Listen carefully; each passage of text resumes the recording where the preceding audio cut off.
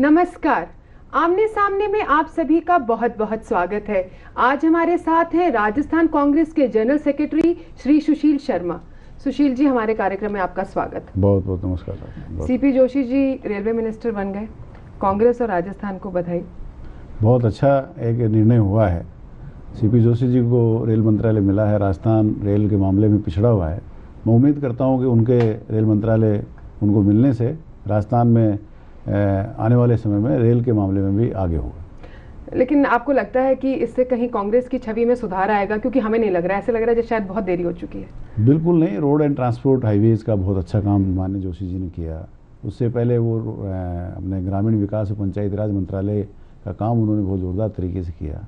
और आप देखिए कि उनकी दिन पर दिन तरक्की होती जा रही है। एक से एक बड़ा जिम्मेदार विभाग उनको मिल रहा है। और लेकिन ऐसा लगता है जैसे राजस्थान ने शायद उनकी कदर नहीं करी।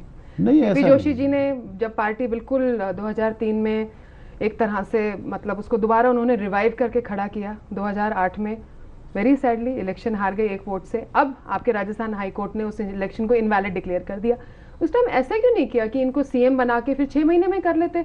होता रहता है हमारे यहाँ, तो कौन सी बड़ी बात थी? हमारे तो जो विधायक दल तय करता है मिलकर के, माननीय सोनिया गांधी जी ने जो विधायकों की राय थी उसके हिसाब से फैसला किया। आपको लगता और है खुद जोशी जी पीछे हट गए थे, क्योंकि उनका ये मानना था कि मैं चाहे एक वोट से चुनाव हारा हूँ लेकिन मैं हार गया हूँ, इसलिए मैं उस लाइन में नहीं। आपको लगता है कि CP Joshi ji chief minister रहे होते इस दौरान 2008 से लेके आज तक तो प्रदेश में कुछ बेहतर हालात होते? क्योंकि देखिए अभी कांग्रेस की छवि अच्छी नहीं है।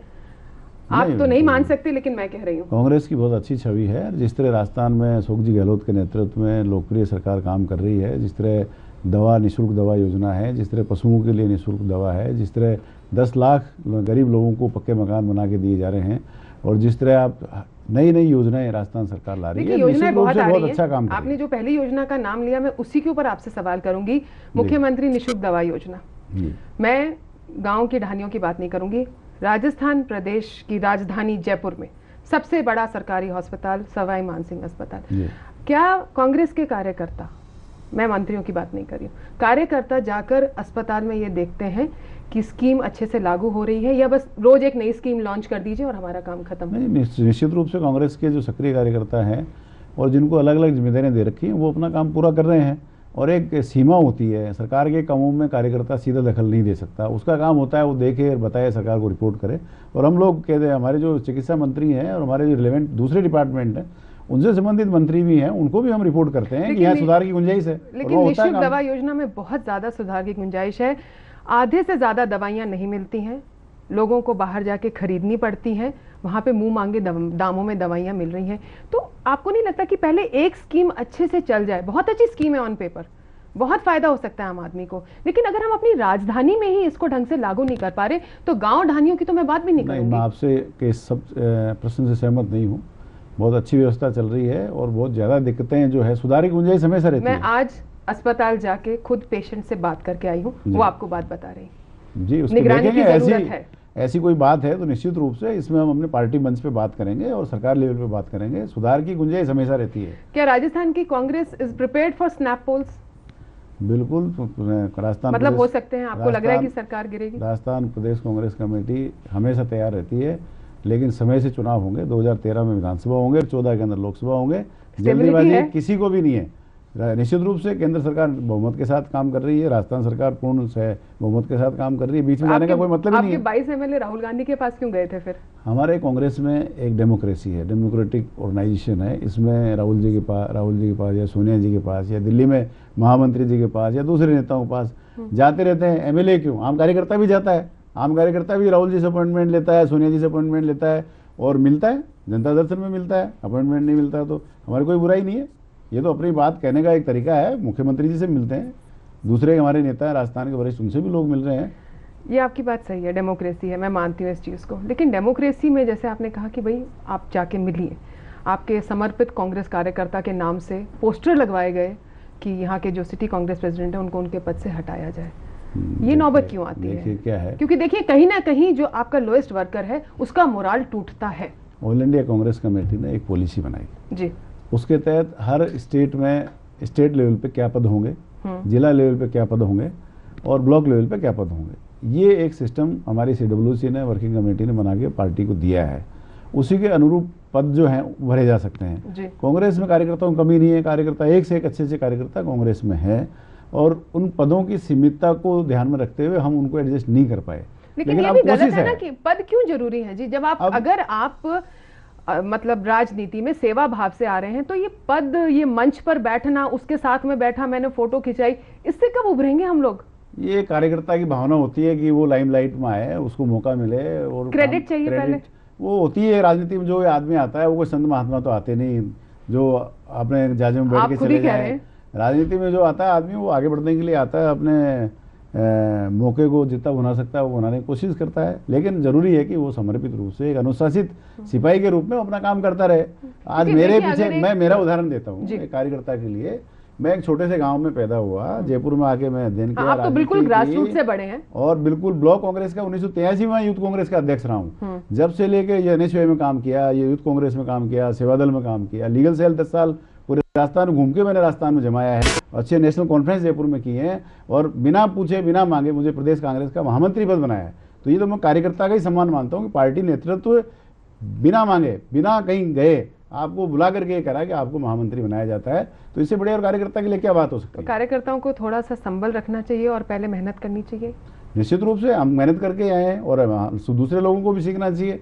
माने गहलोत साहब के आगे पीछे कौन था? वो भी एक ग्रास रूट से उठ करके और राष्ट्रीय राजनीति तक गए और राजस्थान के मुख्यमंत्री लगातार दूसरी बार हैं। CP जोशी जी भी साधारण परिवार से उभर के आए हैं, वो भी छात्र राजनीति से आगे बढ़ते हुए कदम तो स्टेप बाय स्टेप आगे बढ़े हैं। एक दिन में CP जोशी जी को नहीं मिला, एक दिन में अशोक गहलोत जी को नहीं मिला। उदयपुर कांग्रेस की एग्जीक्यूटिव कमेटी को डिसॉल्व करने की नौबत क्यों आई? चंद्रभाल जी ने अभी करी है। उदयपुर में माननीय जो जिलाध्यक्ष जी हमारे हैं वो सुखाड़िया जी की पुत्रवधू हैं, और वहाँ जो कमेटी बनी थी उसको लेके उनका तारतम्य नहीं था, कोऑर्डिनेशन नहीं बैठ पा रहा था। तो उसको ठीक करने के लिए हमने जो भंग की, इसका मतलब ये नहीं कि जो कार्यकर्ता बने थे उनको हमने बिल्कुल हटा ही दिया है। वहाँ एक आपस में कोऑर्डिनेशन करके, एक समन्वय करके हम अच्छी टीम बनाए, इसलिए उसको भंग किया। अगले चुनाव में क्या मुद्दे रहेंगे ये हम आपसे जानेंगे, लेकिन एक छोटे से ब्रेक के बाद। हम ब्रेक के बाद अभी वापस आते हैं। आप लोग देख रहे हैं आमने सामने। बनेगी भारत में भी विश्व स्तरीय इमारतें। जर्मन टेक्नोलॉजी से बना वर्ल्ड क्लास सीमेंट। भांगर सीमेंट, सस्ता नहीं सबसे अच्छा। आरक्षण से तो सिर्फ अमीर ही पनपते हैं, गरीबों के घर तो आज भी चूल्हे तक नहीं जलते। जागो पार्टी का मिशन 2013 आरक्षण का अंत। अपने बच्चों के भविष्य के लिए अब तो जागो। अरे तुम बता रहे थे कि नरेगा योजना में एक साल में एक परिवार को 100 दिन का रोजगार देने की गारंटी है। हाँ बिल्कुल, लेकिन मुझे तो इस साल अभी तक काम ही नहीं मिला। क्या तुमने फॉर्म नंबर 6 भर के जमा करा दिया? ये फॉर्म नंबर 6 मिलेगा कहाँ? अरे भाई, ये फॉर्म नंबर 6 तो आजकल बड़ी आसानी से मिलने लगा है। ये फॉर्म तुम्हें ग्राम पंचायत, वार्ड पंच, नरेगा कार्यस्थल, मेट, राशन की दुकान, आंगनबाड़ी केंद्र, आशा सहयोगिनी, पटवार घर, उप स्वास्थ्य केंद्र आदि किसी भी जगह से तुम ये फॉर्म ले सकते हो। फिर इस फॉर्म का करना क्या होगा? फॉर्म को भर के जमा कराना होगा और उसकी रसीद लेनी होगी। लेकिन मुझे तो फॉर्म भरना ही नहीं आता। तुम्हें फॉर्म भरना नहीं आता तो कोई बात नहीं। जो व्यक्ति तुम्हें फॉर्म देगा ना, उसे मौखिक रूप से अपना नाम बता देना, अपनी जॉब कार्ड संख्या बता देना और अपना बैंक खाता संख्या बता देना। वो फॉर्म भर के तुम्हें उसकी रसीद दे देगा। और हाँ, यदि फॉर्म नंबर 6 उपलब्ध नहीं है तो सादा कागज पर भी काम के लिए आवेदन किया जा सकता है। आवेदन की फोटोकॉपी पर उसकी रसीद ली जा सकती है। लेकिन कोई रसीद न दे तो? देखो भाई, फॉर्म नंबर 6 जमा कराकर उसकी रसीद लेना बहुत जरूरी है। यदि कोई व्यक्ति रसीद नहीं देता है तो उसकी शिकायत तुरंत विकास अधिकारी को या जिला कलेक्टर को करो। आप इसकी शिकायत नरेगा कॉल सेंटर के फोन नंबर 1800 180 6606 पर भी कर सकते हो। फिर क्या, तुम्हें 15 दिन में रोजगार जरूर मिलेगा। और यदि 15 दिन में रोजगार नहीं मिला तो तुम्हें घर बैठे बेरोजगारी भत्ता मिलेगा। अच्छा, हाँ, बड़े अच्छे लगते। अगर करनी हो अपनी घर की रक्षा तो लगाइए जॉनसन सैम और जॉनसन जेपी की वॉल की। बनेगी भारत में भी विश्व स्तरीय इमारतें। जर्मन टेक्नोलॉजी से बना वर्ल्ड क्लास सीमेंट। भांगर सीमेंट, सस्ता नहीं सबसे अच्छा। हमने उठाए चंद कदम।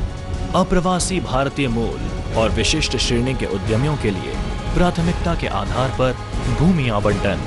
होटल व्यवसाय को दिया औद्योगिक गतिविधि का दर्जा। रूपांतरण शुल्क समाप्त। जनजाति बाहुल्य और औद्योगिक रूप से पिछड़े जिलों में विशेष उत्पादन प्रोत्साहन राशि, महिला उद्यमियों को 25% और निःशक्त उद्यमियों को भूमि आवंटन में 50% की छूट। औद्योगिक क्षेत्र में 500 से 1000 श्रमिकों के आवासों पर विकास शुल्क में 50% और 1000 से अधिक श्रमिकों के आवासों पर 75% की भारी छूट। औद्योगिक भूखंडों पर अब 15 मीटर ऊंचाई तक भवन निर्माण की सुविधा और नतीजा, औद्योगिक विकास को मिली नई गति, उद्यमियों का सच्चा साथी और औद्योगिकरण का कैटलिस्ट। रीको बनेगी भारत में भी विश्व स्तरीय इमारतें। जर्मन टेक्नोलॉजी से बना वर्ल्ड क्लास सीमेंट। भांगर सीमेंट, सस्ता नहीं सबसे अच्छा। नीलू कभी बोरी में से भैंस निकलती देखी है? किचन में से तो कई बार देखी है। लो आज फिर मैं तुम्हें ताराफीड की बोरी में से भैंस निकाल के दिखाता हूँ। ज्यादा बातें ना बनाओ, जल्दी से ताराफीड वाली स्कीम समझाओ। तो सुनो, कुल इनाम है 31वां मौका हाथ से गवाएं, 2 बोरी ताराफीड के साथ 1 कूपन पाए। मतलब चाहे 51,000 चाहे भैंस घर ले जाए। ठीक है, आप फिर मेरे घर आए। मैं कोई भैंस हूँ? आए भैंसों को नजारा जब फीड मिले। चलिए शर्मा जी, हो गया सारा काम। 1 मिनट गोयल साहब, ये लाइट और पंखे बंद कर दूं? अरे घर चलिए शर्मा जी, पियोन आके कर देगा। नहीं गोयल साहब, आप जानते हैं पियोन के आने तक कितनी बिजली वेस्ट हो जाएगी? और पावर प्लग वाले उपकरण तो बंद होने के बाद भी बिजली का उपयोग करते रहते हैं। अगर हम ऑफिस से जाते समय बिजली के उपकरण बंद करने का ध्यान रखें तो काफी बिजली बचा सकते हैं। याद रखिए, बिजली की बचत ही बिजली का उत्पादन है। बिल्कुल याद रखूंगा शर्मा जी। बनेगी भारत में भी विश्व स्तरीय इमारतें। जर्मन टेक्नोलॉजी से बना वर्ल्ड क्लास सीमेंट। भांगर सीमेंट, सस्ता नहीं सबसे अच्छा। ब्रेक के बाद आप सभी का स्वागत है। आज हमारी चर्चा हो रही है सुशील शर्मा जी से। सुशील जी, अगले इलेक्शन में, चलिए हम ये मानते हैं कि स्टेबल सरकार है राजस्थान में भी और सेंटर में भी, जब भी होंगे, क्या मुद्दा रहेगा? क्योंकि देखिए स्टेट में भी अभी हमको लग रहा होगा कि बढ़ती महंगाई और इतनी चीज़ों को देख के बहुत लोग काफ़ी चीज़ें भूल चुके हैं, लेकिन जहां इलेक्शंस आएंगे आपकी ऑपोजिशन पार्टीज़ भंवरी देवी और गोपालगढ़ को दोबारा लेके खड़ी हो जाएगी। सेंटर में कॉमनवेल्थ गेम्स है, 2G है, कोलगेट है, ये सब मुद्दे बार बार उठेंगे। अगले इलेक्शन इन्हीं मुद्दों पर लड़े जाएंगे? बिल्कुल नहीं लड़े जाएंगे। किस पर लड़े? कांग्रेस विकास के मुद्दे पर चुनाव लड़ेगी और कांग्रेस ने जो राजस्थान के अंदर राजस्थान को गरीब बीमारू प्रदेश से उठा करके विकास के उसमें सोपान में पहुंचाया है गहलोत साहब के नेतृत्व में, इन्हीं मुद्दों को लेकर के हम चुनाव लड़ेंगे। राजस्थान में आज इतना काम हो रहा है, इतना अच्छा बजट माननीय मुख्यमंत्री जी ने दिया है। पिछले 3 साल से एक योजनाएं राजस्थान में काम कर रही है। विद्युत के क्षेत्र में ले लो, आप गरीबों की सेवा के क्षेत्र में ले लो, 1 लाख से ज़्यादा लोगों को रोजगार दिया जा चुका है, सरकार की नौकरियां दी गई हैं और आने वाले समय में और 1 लाख के करीब लोगों को नौकरियां मिलेंगी। एक बहुत अच्छा काम राजस्थान सरकार कर रही है, सद्भावना के साथ सबको साथ लेके चल रही है। एक बात ये भी है कि जैसे जो अपना नेशनल रूरल लिवलीहुड मिशन है, उसमें सरकार का एक भी प्रोजेक्ट पास नहीं हुआ है। वो फंड्स कुछ नहीं मिले हैं उसके लिए आपको सरकार। देखिए कि भारत सरकार की तरफ से इतने अच्छे प्रोजेक्ट्स आने वाले समय में आएंगे, राजस्थान सरकार की तरफ से आएंगे। अब आप देखिए आगे आगे बढ़िए। तो अभी 3 साल हुए हैं, अब 2 साल सामने हैं, समय करने काम करने का बहुत समय है। अभी जो जवाहरलाल नेहरू हमारा नेशनल अर्बन रिन्यूअल मूवमेंट है, उसके अंदर कांग्रेस की सरकार ने 7 प्रोजेक्ट लगाए, सिर्फ 2 पास हुए। गुजरात की सरकार ने 72 प्रोजेक्ट्स लगाए, उनके 37 प्रोजेक्ट्स पास हुए हैं। 1850 करोड़ रुपए गुजरात की सरकार को सेंटर से मिले और हम लोग लोएस्ट हैं, 485 करोड़, दैट इज ऑल। कोई बेसिक और हमारे अर्बन डेवलपमेंट की हालत हमारे सामने है। टेक्निकल कुछ कमियां रही होंगी और मैं उम्मीद करता हूं कि आने वाले समय में टेक्निकल कमियां क्यों है? ब्यूरोक्रेसी और मिनिस्ट्री में कुछ प्रॉब्लम है? बिल्कुल, अभी जो मिनिस्ट्री में कोई प्रॉब्लम नहीं है, मिनिस्टर अच्छे, हमारे लोग अच्छा काम कर रहे हैं, ब्यूरोक्रेसी अच्छी नहीं है, एक से एक अच्छा काम कर रहे हैं। एक कोऑर्डिनेशन जो जरूरी है उसमें कहीं लेकुना रह जाता है या कोई तथ्यात्मक और टेक्निकल चीजें जो बन के जाती हैं, रिपोर्टें बन के जाती तो डेफिनेटली काम होगा। देखिए भारत सरकार, कांग्रेस की जो सरकार है, आप देखिए आपकी पार्टी की सरकार पूरे देश में आपने अभी कहा है गुजरात को इतने बड़ा फंड उन्होंने दिया है, जो कि बीजेपी की वहाँ सरकार है। ये भी तो है ना कि हमारी कांग्रेस सरकार है, तो वो कोई रीजन नहीं है कि नहीं दिया, कोई तकनीकी कारणों की वजह से वो बात रही होगी। आने वाले समय में मुख्यमंत्री जी खुद दिल्ली में बैठ करके अपने सब इश्यूज को लेकर के, कार्यक्रम योजनाओं को लेकर के जाते हैं, बिजली मंत्री से भी मिलते हैं, ग्रामीण विकास पंचायती राज मंत्री से भी मिलते हैं, रेल मंत्री से भी मिलते हैं, ट्रांसपोर्ट मिनिस्टर से भी मिलते हैं और राजस्थान के विकास में जो हो सकता है वो उसका करने का पूरा प्रयास करें और हम काफ़ी हद तक इस कामों में सफल भी हुए हैं। आप देखिए जितना हाईवेज का जाल जो राजस्थान में बिछा है, आप रोडों पे निकलिए, इतना अच्छा राजस्थान को जो है, इतना बड़ा इंडिया का सबसे बड़ा स्टेट है राजस्थान, बिल्कुल, और ऐसे में बहुत अच्छा काम यहाँ हुआ है। एक से एक अब रेलवे का काम होगा और दूसरे काम राजस्थान सरकार जो अपने हैं वो कर ही रही है। ऐसे लग रहा है जैसे सरकार में कुछ काम नहीं हो रहा है, सरकार कोर्ट के डायरेक्शन पे काम करती है।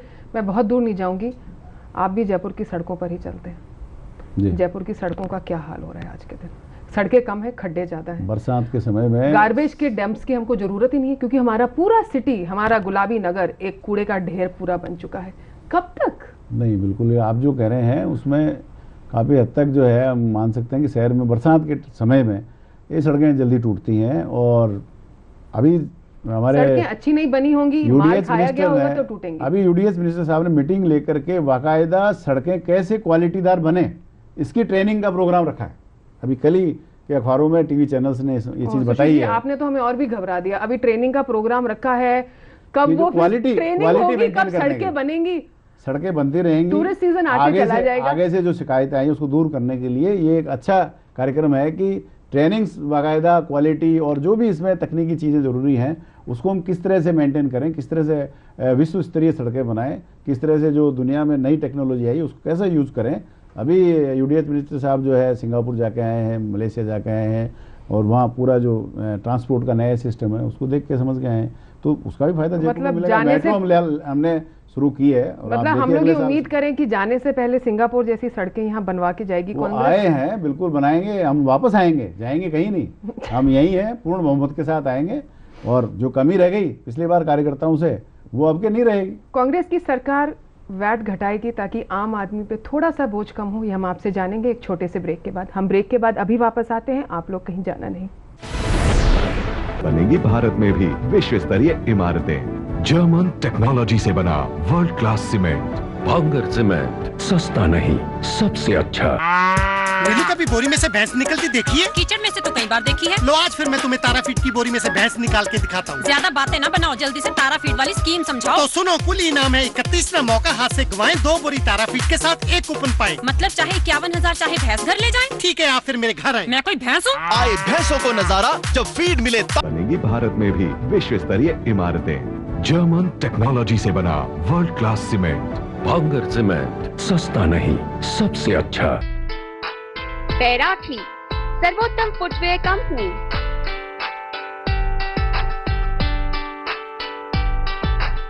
बनेगी भारत में भी विश्व स्तरीय इमारतें। जर्मन टेक्नोलॉजी से बना वर्ल्ड क्लास सीमेंट। भांगर सीमेंट, सस्ता नहीं, सबसे अच्छा।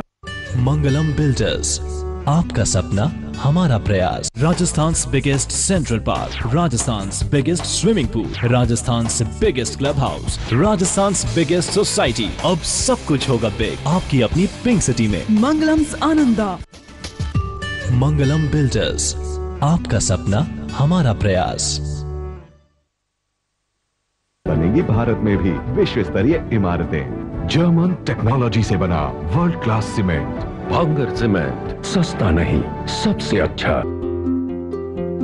चलिए शर्मा जी, हो गया सारा काम। 1 मिनट गोयल साहब, ये लाइट और पंखे बंद कर दूं? अरे घर चलिए शर्मा जी, पियोन आके कर देगा। नहीं गोयल साहब, आप जानते हैं पियोन के आने तक कितनी बिजली वेस्ट हो जाएगी, और पावर प्लग वाले उपकरण तो बंद होने के बाद भी बिजली का उपयोग करते रहते हैं। अगर हम ऑफिस से जाते समय बिजली के उपकरण बंद करने का ध्यान रखें तो काफी बिजली बचा सकते हैं। याद रखिए, बिजली की बचत ही बिजली का उत्पादन है। बिल्कुल याद रखूंगा शर्मा जी। बनेगी भारत में भी विश्व स्तरीय इमारतें। जर्मन टेक्नोलॉजी से बना वर्ल्ड क्लास सीमेंट। भांगर सीमेंट, सस्ता नहीं, सबसे अच्छा। आबादी करीब 20 करोड़, फिर भी रह गए पिछड़े। कमी नहीं है संसाधनों की, फिर भी नहीं सुधरे हालात। आजादी से आज तक चलता रहा वादों और दावों का सिलसिला। मिला कुछ, अधूरा रह गया बहुत कुछ। कहां रह गई कमी? क्यों रह गए मुस्लिम समाज की तरक्की के ख्वाब अधूरे? देखिए सरकारों के दावों और मुस्लिमों के हालात की सच्चाई दिखाता कार्यक्रम अधूरे ख्वाब, इस समय पर। ब्रेक के बाद आप सभी का स्वागत है। आमने सामने में आज हमारे मेहमान हैं additional advocate general Sushil Sharma ji. तो सुशील जी, इसमें एडिशनल एडवोकेट जनरल और बार एसोसिएशन के बारे में प्रश्न करने से पहले कुछ वैट क्यों नहीं कम कर देते? बॉर्डर क्रॉस करते हरियाणा में तो पेट्रोल और डीजल के दाम कम है, दिल दुखता है, कुछ तो सरकार करे। देखिए, ये अभी मुख्यमंत्री जी ने 16,000 करोड़ की रिलीफ राजस्थान की जनता को दी है, जिसमें आप पेट्रोल में अभी छूट की बात है, डीजल में है, गैस में है। अभी 3 सिलेंडर राजस्थान सरकार की तरफ से 6 से 9 हो जाएंगे छूट के।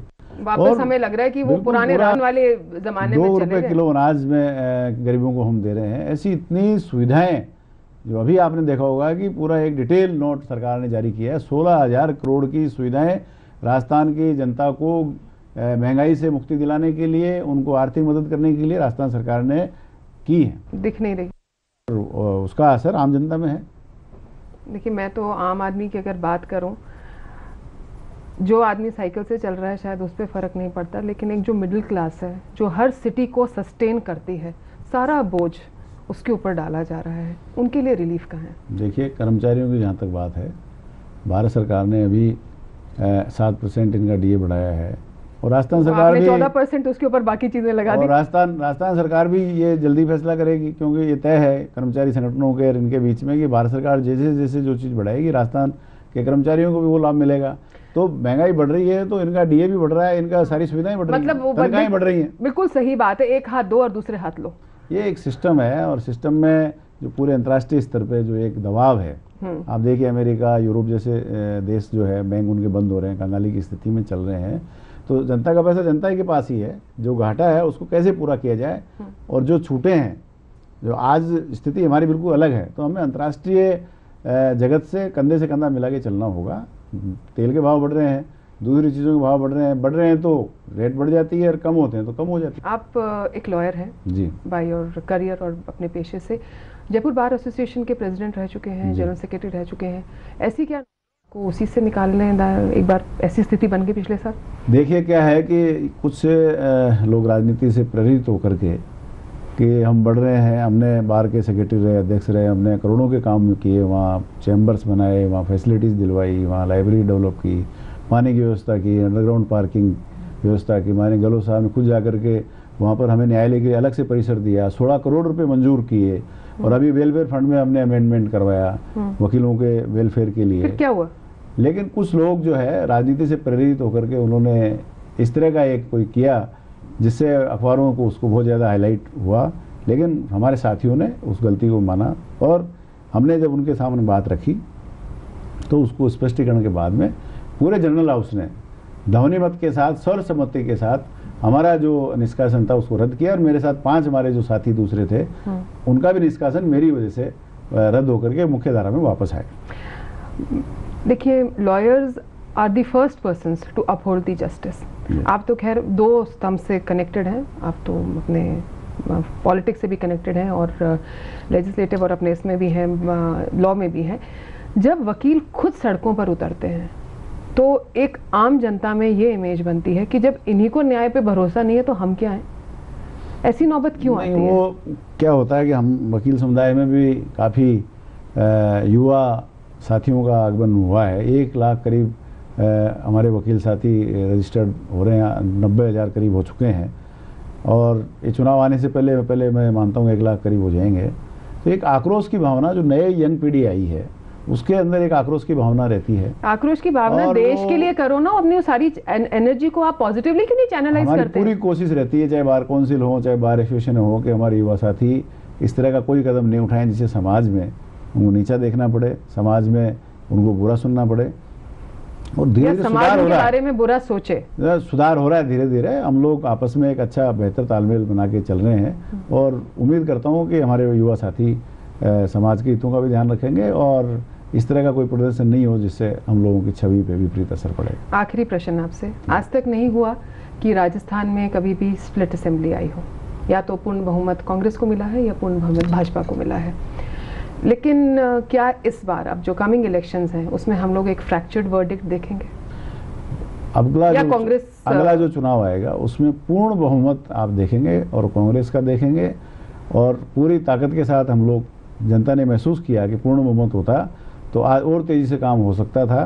क्योंकि गहलोत जी से कुछ नाराजगी आप लोगों की ये भी रहती है कि बसपा के एमएलए को ज्यादा पूछते हैं और कांग्रेस के लॉयल एमएलए को कम पूछते हैं। ऐसा कुछ भी नहीं है, माननीय गहलोत साहब के सभी 36 कौमों को साथ लेके चलते हैं, सभी विधायकों को साथ लेके चलते हैं।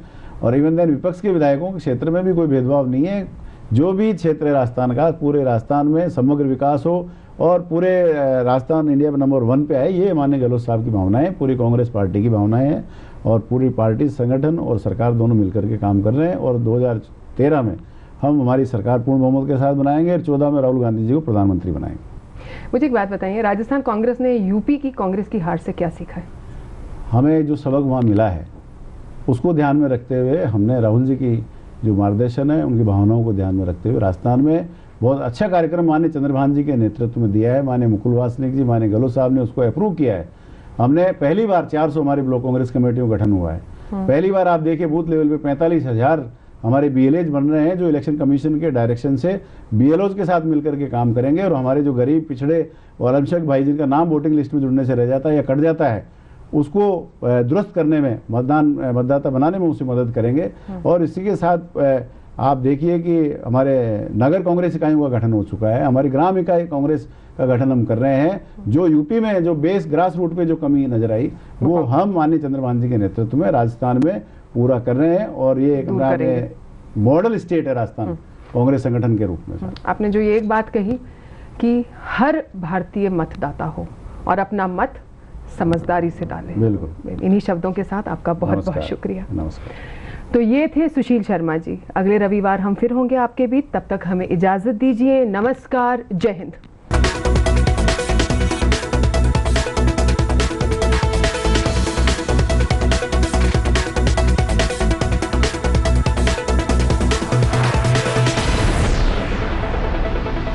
इस कार्यक्रम के